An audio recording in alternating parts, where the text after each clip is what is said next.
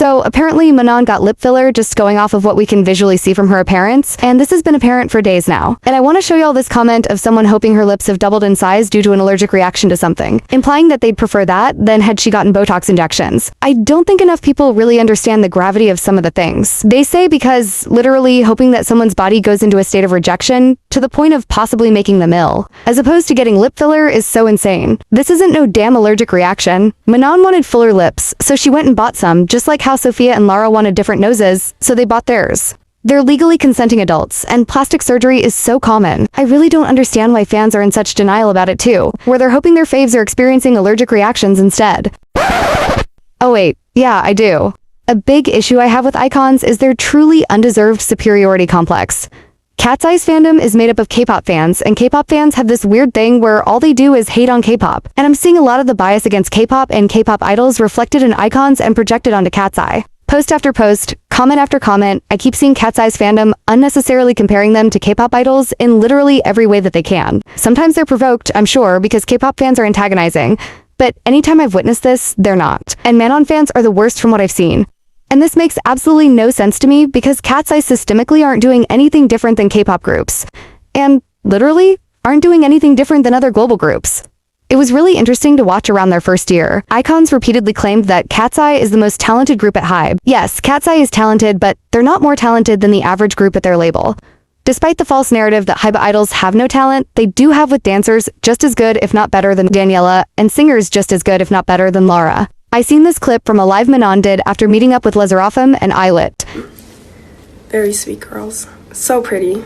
I literally felt so ugly in that room. because I just like... And Icons decided to respond by either calling the other women at Hybe ugly or imply that they're inferior to her because they've gotten plastic surgery. And the comments implying that she's prettier than Korean women or shouldn't compare herself to people trying to fit into the Korean beauty standard were interesting. Since Manon, as a very thin, obviously half white, very light-skinned woman with very loosely curled hair, fits into toxic beauty standards set for black women. Exactly like how female K-pop idols fit standards set for Korean women. Literally. The likelihood that Manon would have been a member of Cat's Eye, let alone a contestant on Dream Academy with the benefit of having dance and vocal coaches flown out to train her is so astronomically slim had she not naturally fit a beauty standard. And I bring up her getting filler because I have literally yet to see a group with immense industry privilege debut popular and then have their fandom be shitty about it and then it not backfire in their fandom's faces. The last three groups I can think of off the top of my head where this happened as well was New Jeans, BlackPink, and EXO. Because EXO was the most popular K-pop boy group before BTS, their fandom XOL were some of the main haters of BTS.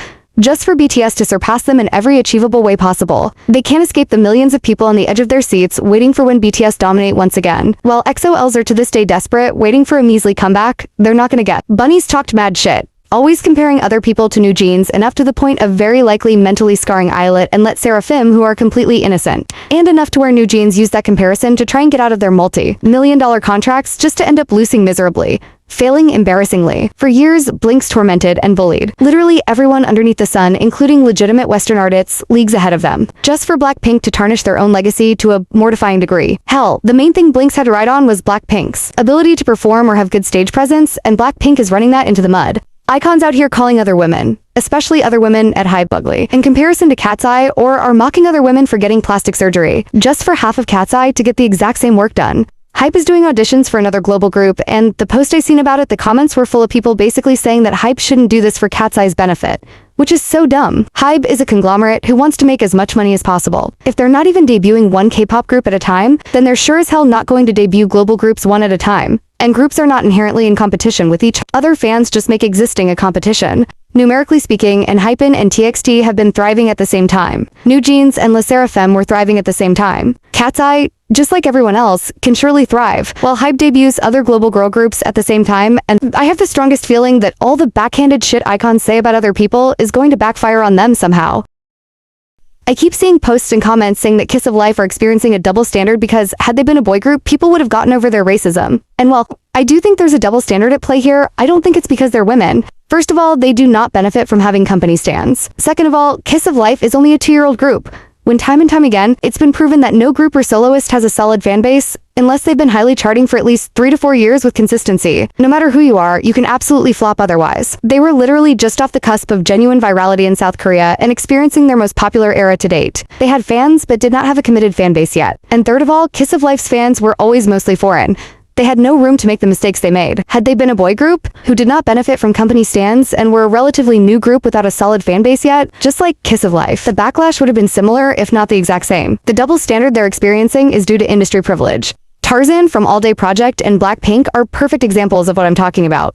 And y'all know exactly what they've done. Arguably worse than what Kiss of Life has done, because Tarzan and BlackPink are making or already have made a career off the emulation of African American people while lacking any actual knowledge on African American culture or expressing any genuine appreciation for the people. I've never even heard the terms black people or black culture ever even come out of BlackPink's mouths while they commodify the culture. And Tarzan, the truly lame individual that he is out here using the ninja emoji as a placeholder for the N-word.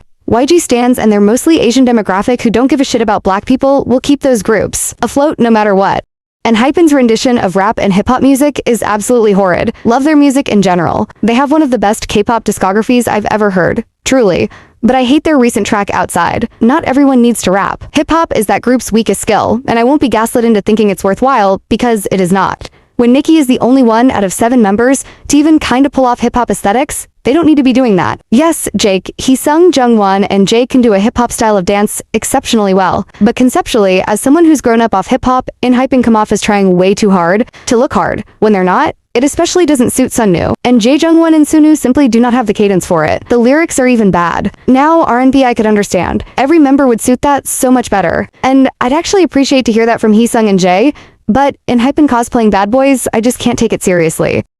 I don't see how anyone is still a fan of BlackPink due to their history, with racism and severe averageness, but more than anything, I don't see how any self-respecting person would pay for their concert tickets. Like, pay literal money. Hard-earned hundreds to thousands of dollars worth of money. When last time they had a tour, and even up into their solo performances, they are conducting themselves worse than people with less than half their experience and resources. Not even K-pop rookies from less wealthy companies are doing as poorly as them. The lack of preparation and forethought being put into this world tour is disrespectfully obvious even before the members have even hit the stage. Like What You Like, but YG and even BlackPink sometimes, but especially YG, continue to put out the bare minimum or less than the bare minimum and are charging way more than they're worth. Even in a thriving economy, I would not pay a measly $2 to watch for women sing the same handful of outdated songs they've been singing for a decade, off-key, dance inherently awkward-looking choreography out of sync, and look like they don't like their jobs.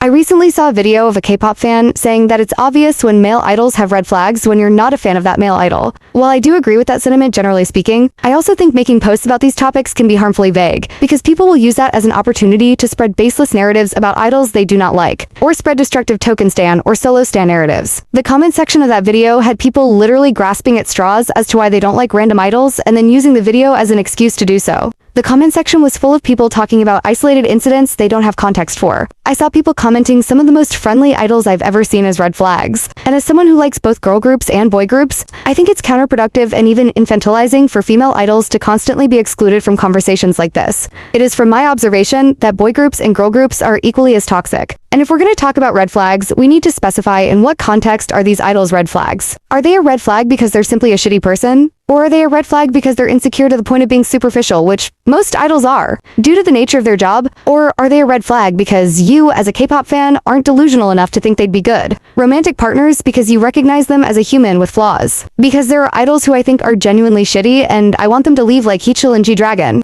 There are idols who I think are nice people, but are so ignorant that it's dangerous, like Kiss of Life and BlackPink. And there are idols who I think are drop-dead gorgeous, but I'm so self-aware that I don't delude myself into believing they're my one true love, because based on what I know about them, our personalities would clash, like Jungkook or Ning Ning.